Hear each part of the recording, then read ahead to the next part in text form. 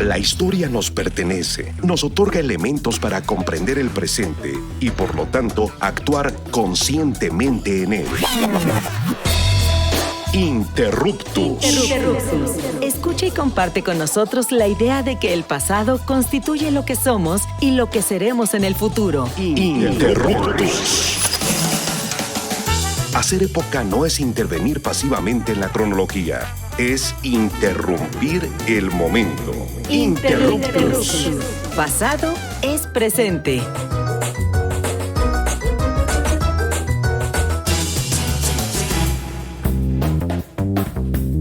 Hola, ¿qué tal? Muy buenas tardes. Sean bienvenidas y bienvenidos a Interruptus Pasado es Presente, su programa favorito de divulgación y reflexión histórica. Yo soy Misael Chaboya Cruz y hoy vamos a hablar sobre un tema del pasado que se vincula pues con un futuro próximo aquí en nuestro país, política y fútbol. Pero antes de iniciar la conversación con nuestro invitado, quiero saludar a Augusto Mote, que ya está por acá en el estudio C del IMER. ¿Cómo estás? Hola Misael, hola, ¿qué tal a toda nuestra audiencia? Pues muy feliz de estar acá en el estudio C del IMER con un programa que seguramente no va a estar muy interesante, ya que hablaremos de dos cosas que a mí me interesan muchísimo, la política y el fútbol.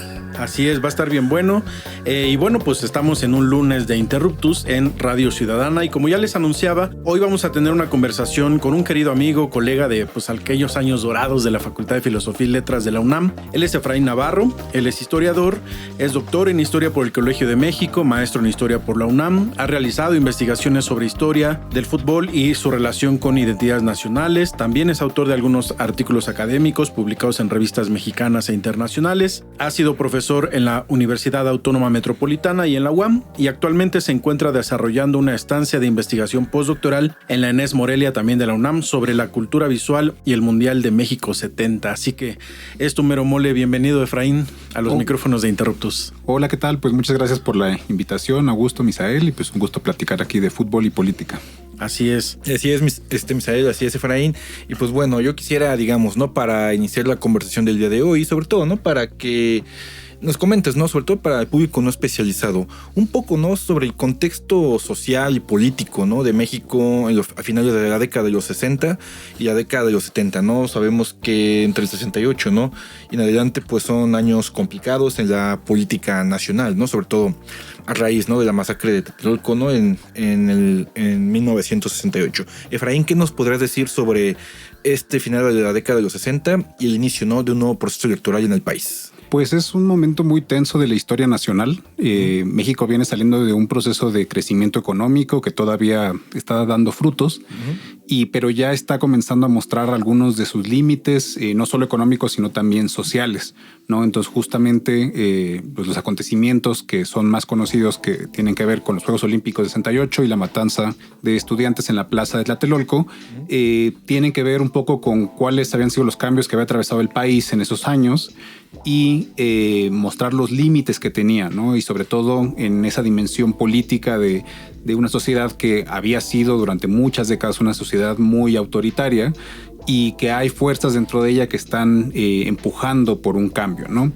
También ha sido como la última frontera hasta más o menos recientemente de la historia nacional, como que las décadas más recientes apenas se comienzan a trabajar con más profundidad y ese 1968 ha sido visto como un poco el inicio de este México más moderno que heredamos. Y justo ahí entre 68 y 71 en particular, la matanza de Corpus Christi, hay ahí ese momento muy tenso y se podrían sumar otros hechos que están sucediendo alrededor, uno de los cuales es el Mundial de 1970, que ha sido un poco ensombrecido un poco por el peso de esos acontecimientos políticos, también un poco por el peso de la década de los 70, que va a ser una década también muy turbulenta, muy peliaguda. Fíjate qué interesante, porque México viene pues calientito de los Juegos Olímpicos, ¿no? Presentándose como un país cosmopolita, moderno, en cuanto a la infraestructura, nuevecita casi toda ella. Pero bueno, pues ¿cómo es que México es designado o elegido como la sede de los Juegos Olímpicos, eso había pasado, más bien del Mundial, ¿no? Y cómo es que pues se percibe justamente en la sociedad esta idea, después del 68, ahora un Mundial de fútbol en un país pues ya futbolero para esa época, ¿no?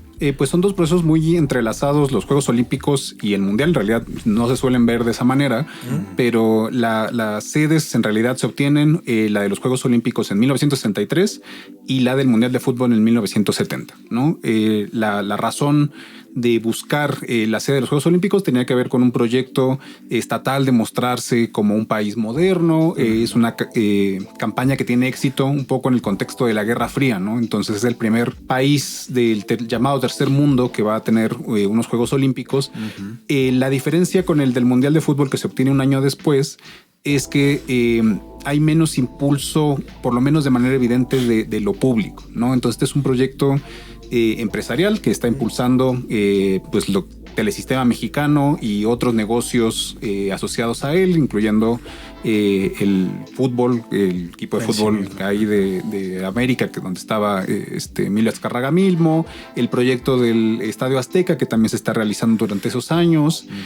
Entonces se suele un poco ver como que eso no tenía que ver con lo público, pero como les puedo ir platicando más adelante, en realidad sí había esa idea y también contribuía a ese mismo objetivo de mostrar al país como un país moderno, un país donde vienen los equipos del mundo a tener esta gran justa deportiva. Y que sirve además como un poco un espacio para mostrar el país, para que venga el turismo, para mostrar los éxitos de la revolución, mostrar ese proceso de crecimiento. Entonces se obtiene en 64 en los Juegos Olímpicos de Tokio, está sucediendo. Entonces son dos procesos, el mundo del olimpismo y el mundo de los mundiales de fútbol, que están muy entrelazados entre sí. A mí me causa, ¿no? Digamos, un poco de ruido, ¿no? Esta idea, ¿no? De cómo un mundial pues, es elegido, ¿no? Pues comentábamos, ¿no? 63 en el sexenio de Adolfo López Mateos, y cómo, ¿no? De cierta manera, pues es otro presidente, ¿no? En otro momento, quien acaba, ¿no? Digamos, haciéndose cargo, ¿no? De ambos eventos, ¿no? Por un lado tenemos a López Mateos, ¿no? Con toda esta parafernalia, ¿no? Que muestra como presidente de la República, y por otro, ¿no? Díaz Ordaz con todo digamos, ¿no? Una cuestión un poco más conservadora, ¿no? Un poco, digamos, más austera en cuanto a la figura presidencial. Y al final de su sexenio, que también es una época interesante, ¿no? Sí, ahí están ambos, ¿no? La rechifla, ¿no? De tanto del Estadio Olímpico Universitario como en el mismo Estadio Azteca, ¿no? Cuando se da la inauguración de estos dos eventos. Y ahora, ¿no? Pasando a otro personaje central, ¿no? De la política de México de la segunda mitad del siglo XX, Luis Echeverría. Y yo quería preguntarte, ¿no? Sobre el destape, ¿no? De este personaje y cómo pues se puede unir, ¿no? La campaña presidencial de Luis Echeverría con este acontecimiento que es el Mundial de México 70. Pues como les digo, tiene que ver con la densidad de ese momento, ¿no? Además, el Mundial es ese punto donde se está gestando esa sinergia entre medios de comunicación y el gobierno mexicano, que va un poco a caracterizar las décadas siguientes. Esa sinergia, además, está acompañada con una conciencia de un personaje como Echeverría del manejo de los medios de comunicación. Luis Echeverría es designado sucesor un poco de Gustavo Díaz Ordaz en 1969 en una elección también tensa entre los posibles candidateables, es destapado y tiene un papel un poco incómodo, ¿no? Porque viene de un régimen con un descrédito importante de Díaz Ordaz después de 68. Era todavía secretario de Gobernación, ¿no? Exactamente. El segundo al mando, digamos. Y lo había sido durante la matanza y con una responsabilidad importante más allá del puesto que tenía. Y entonces tiene esta labor complicada. Y sin embargo hay una cosa que se nos olvida, porque ahora pensamos Echeverría un poco después de la matanza del Jueves de Corpus como que es un gobernante autoritario, pero hay una pequeña ventana entre que es electo candidato en 1969 y 1971 donde es visto como una especie de renovador del régimen, ¿no? Eso lo logra de varias maneras. Lo logra emulando la campaña presidencial de Lázaro Cárdenas, ahí recorriendo varias partes del país, que no todos los candidatos presidenciales lo hacían, con una estética. Entonces esta cosa que ahora ubicamos mucho como la estética del PRI de los 70s con su guayabera, entrando un poco a reuniones con estudiantes, que luego lo van a llevar a ese episodio posterior del Piedrazo en CU. Sí. Y entonces hay una conciencia de presentarse como renovador. Parte de eso es que pide un minuto de silencio para los caídos del 2 de octubre como parte de su campaña. Y en ese contexto hay un uso muy consciente de que viene el mundial, ¿no? Entonces viene de la experiencia de más de 68, entonces el régimen se ha beneficiado de la imagen que le dieron los Juegos Olímpicos y en ese contexto hay un uso sutil, pero sin embargo existe de la justa mundialista, porque además el mundial sucede durante el mes de junio y las elecciones suceden a principios de julio, ¿no? Entonces el mundial está sucediendo cuando están las últimas semanas de la campaña electoral. Fíjate qué interesante, porque pues sin esperarlo de alguna manera, porque México supongo que no elige los tiempos en que se iba a realizar el mundial, pues empatan finalmente, y eso quizá hace que también la campaña electoral como que baje de tono o sea menos vista, porque pues lo importante ahora quizá es el mundial a nivel social, ¿no? A mí me gustaría quizá en los breves segunditos que nos quedan antes de ir a nuestro breve corte, ¿sí has tú encontrado como este proceso en el que la sociedad empieza como a manifestar o cómo es que se ve justamente en México a nivel social, pues que el país sea la sede, del primer país en América Latina o en el tercer mundo, como se le llamaba, de un mundial? Me imagino que para la gente no es cualquier cosa lo que está pasando, ¿no? Sí, no, hay un entusiasmo social amplio, es decir, es un país futbolero, México, justo ahí se está convirtiendo cada vez en más futbolero, pero ya lo era desde entonces hay mucha gente que se entusiasma. Pero también muy rápidamente hay quienes no les parece tan buena idea, ¿no? Entonces, como le comentábamos, vienen de esa experiencia del 68 y sí hay voces por ahí que han quedado muy olvidadas diciendo, pues, ¿por qué así como en los Juegos Olímpicos? ¿Por qué estamos celebrando los Juegos Olímpicos y pues la gente se está muriendo de hambre? Hay estas problemáticas sociales, pues también porque estamos haciendo un mundial si a la par tenemos todas estas problemáticas y además lo está llevando a cabo un gobierno que es represor y que se está lavando la cara con el evento. Siempre tienen que haber aguafiestas, ¿no? Sí. Bueno, para querida audiencia, obviamente es una broma. Vamos a ir a una breve pausa. Volvemos en unos minutos. Recuerden que estamos en Interruptus Radio. Estamos conversando con el doctor Efraín Navarro, historiador, sobre fútbol y política en torno al Mundial de México 1970. Recuerden seguirnos en todas las redes sociales de Interruptus.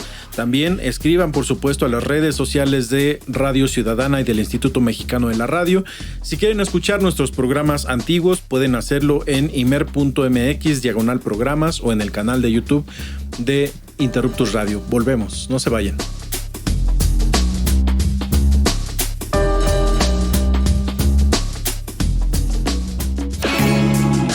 La historia es nuestra, porque la hacemos todos los días. En un momento continuamos. Interruptus. Pasado es presente.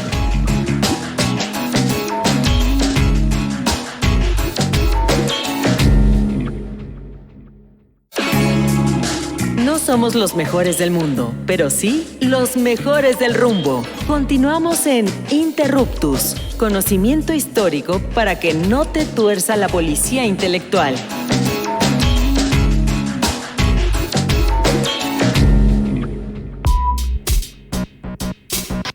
Amigas y amigos de Interruptus, regresamos al segundo bloque de nuestro programa. Recuerden que estamos conversando con el doctor Efraín Navarro sobre fútbol y política en torno al Mundial de México 70. Efraín, pues ya nos comentabas sobre cómo sucede a la par el Mundial y las elecciones de 1970 en México. Ahora, pues platícanos cómo es que se da justamente la campaña publicitaria del Mundial, el uso electoral que hace Luis Echeverría Álvarez, la cobertura de prensa oficialista, cómo se va dando todo este, pues, teje y maneje. Hay una intención muy clara de asociar al candidato al evento, ¿no? Y tratando de sacar todo lo positivo. Y creo que es el momento particular de la historia de la comunicación política donde se están introduciendo nuevas técnicas de ese tipo, ¿no? O sea, tiene que haber una asociación positiva del candidato con el público, entonces lo ponemos en contexto de algo que ya les genera emoción. ¿Cómo lo van a hacer? Apropiándose directamente de la imagen del Mundial, ¿no? Por ahí hay una propaganda que he hallado que es muy interesante porque es literal el logo del Mundial contra una imagen de Luis Echeverría, diciendo, pues, Luis Echeverría también compite para ganar, que además además la propaganda no tiene mucho de propuesta política, más bien incluye las reglas del balompié, ¿no? Entonces que pues no tiene mucha utilidad. Le sobró demasiado espacio. Exacto. Y así, digamos, se le busca poner en contexto en los medios. Entonces, por ejemplo, cuando ya empieza el Mundial, pues hay esta cobertura de prensa como de aquí tenemos al candidato viendo el partido inaugural con su familia. Aquí tenemos el candidato dirigiendo una porra en un meeting en Azcapotzalco por México, que está teniendo su primer partido de la siguiente fase. Entonces hay esa asociación. También es un equilibrio complicado de hacer, y porque lo asocian con el Mundial, pero no tanto con la selección. Y es una razón muy concreta, que es esperable que la selección va a perder, ¿no? Entonces hay esa conciencia de no puede estar identificado con algo que va a perder. El caso más claro de eso es que cuando México es el eliminado en el partido contra Italia, en el periódico oficial El Nacional, es sorprendente porque desaparece totalmente Echeverría, ¿no? Este periódico tenía un día sí, otro también, varias fotos de Echeverría, varias notas sobre Echeverría, y el día que se reporta la eliminación de México, solo hay una pequeñísima nota sobre Echeverría, pero eso muestra la conciencia de lo que están haciendo, ¿no? De no puede estar asociado en ninguna manera el candidato con la derrota deportiva, ¿no? Y al día siguiente pues se reinicia y luego cuando ya llega a la final también es como, bueno, ganó el favorito del candidato, Brasil, ¿no? También en la ciudad, por ejemplo, cuando pasa, gana contra Bélgica su partido, el titular de el Nacional es en letras casi idénticas a las de la campaña política, adelante, ¿no? Entonces emulando este lema de arriba y adelante de la campaña de Echeverría. Ok, o sea, y justamente, ¿no? Tanto en el bloque anterior, ¿no? Comentábamos un poco, ¿no? Sobre estas voces, ¿no? Disidentes, ¿no? Yo quisiera, digamos, preguntarte, ¿no? Pues sobre la crítica, ¿no? Que existe, obviamente, por la disidencia política en el país, o digamos, ¿no? La prensa no oficialista en este caso. ¿Cuál sería, ¿no? En este caso, el discurso o la crítica, ¿no? Hacia el candidato oficial?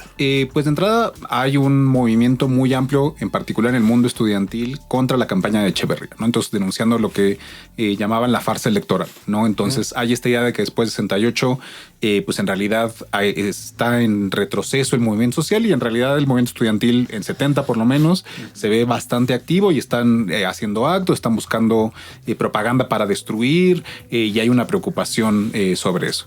Y dentro de ese ámbito estudiantil lo que hay es mucha ambigüedad respecto del Mundial, ¿no? Entonces sí hay voces que lo condenan directamente desde una perspectiva de posiciones muy ligadas al marxismo, por ejemplo, con la idea de que el deporte es el opio del pueblo, ¿no? Entonces que hay que condenarlo, y es otra forma más en la que el gobierno está distrayendo al pueblo un poco bajo esta idea del pan y circo.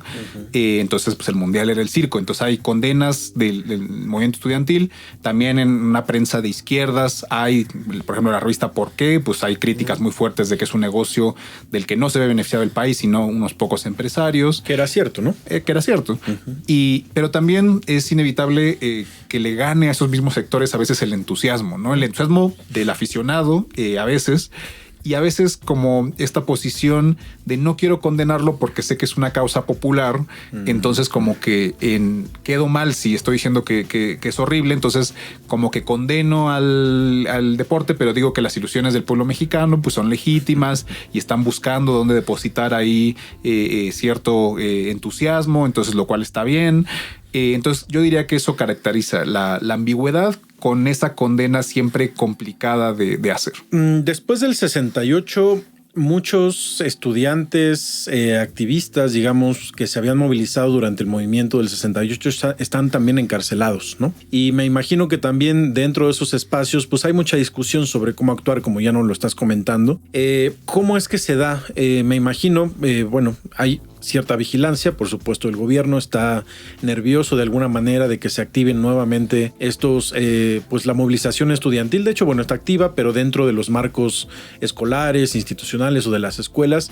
Amplíanos un poquito más de eso y cómo es que el gobierno está pues buscando entender para estar previendo si es que hay alguna movilización. Sí, dentro de las escuelas se discute, entonces tú puedes ver los informes de la Dirección Federal de Seguridad y tú ves que hay asambleas donde hay posturas que dicen hay que condenar el Mundial de Fútbol, que es una distracción. A la par de eso, hay muchos grupos que se están moviendo dentro de las escuelas, sobre todo del centro de la ciudad, a las manifestaciones por el mundial, ¿no? Entonces, por ejemplo, hay por ahí reportes de cómo los estudiantes de la Boca 5 toman camiones y pues se van al concentrado de la selección un poco para echar porras y están condenando a Inglaterra, que se había convertido en el villano del torneo. Entonces, y a veces puedes ver hasta los mismos estudiantes, ¿no? Entonces, como mismos estudiantes aparecen en las celebraciones deportivas y esos mismos estudiantes aparecen realizando acciones políticas dentro de sus propias escuelas, ¿no? Entonces eran integrantes de los comités de lucha.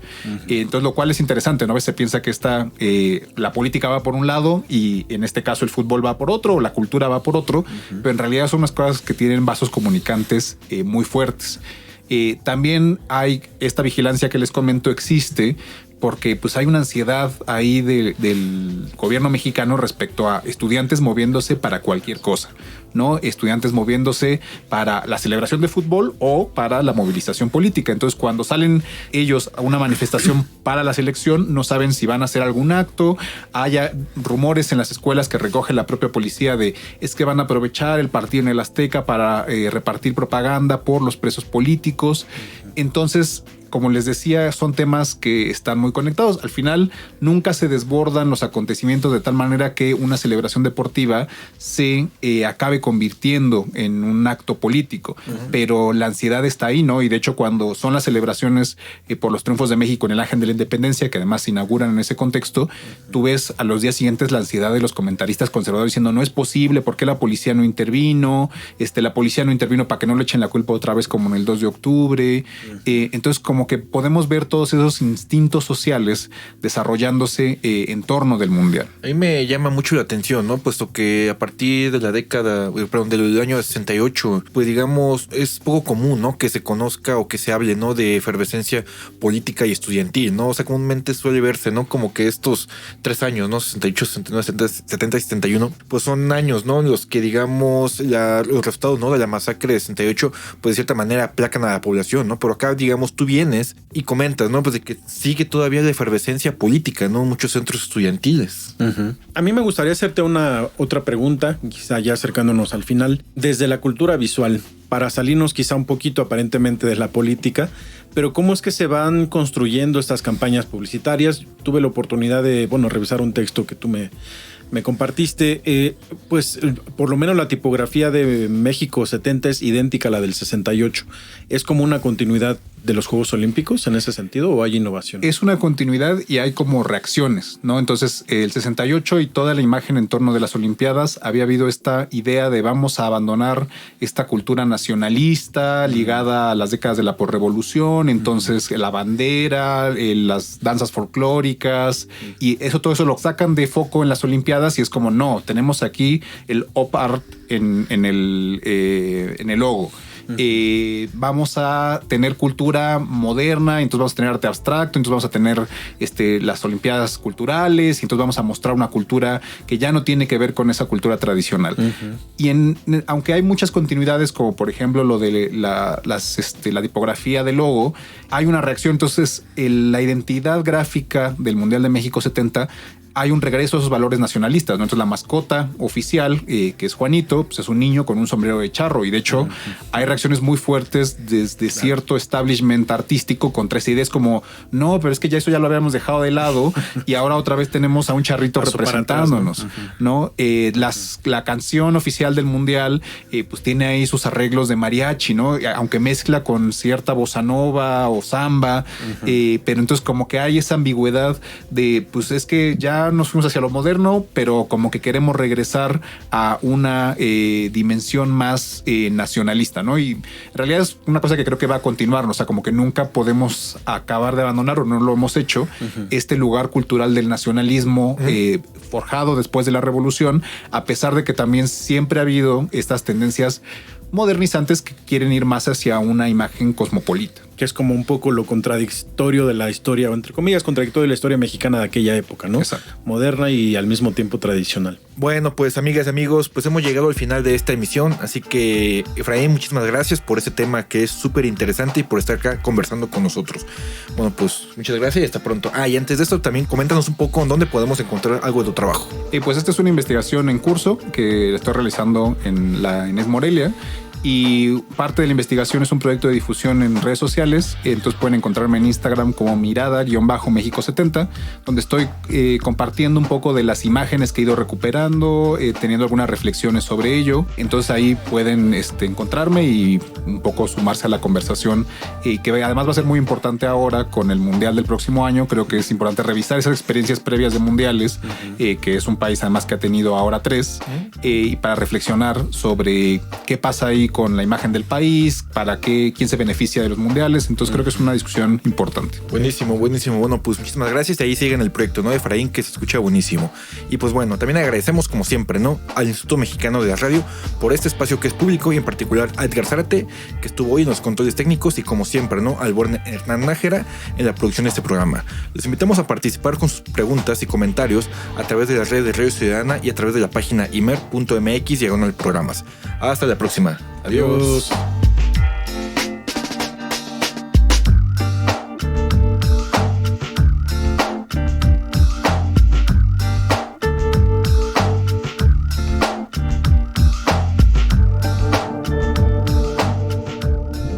Interruptus.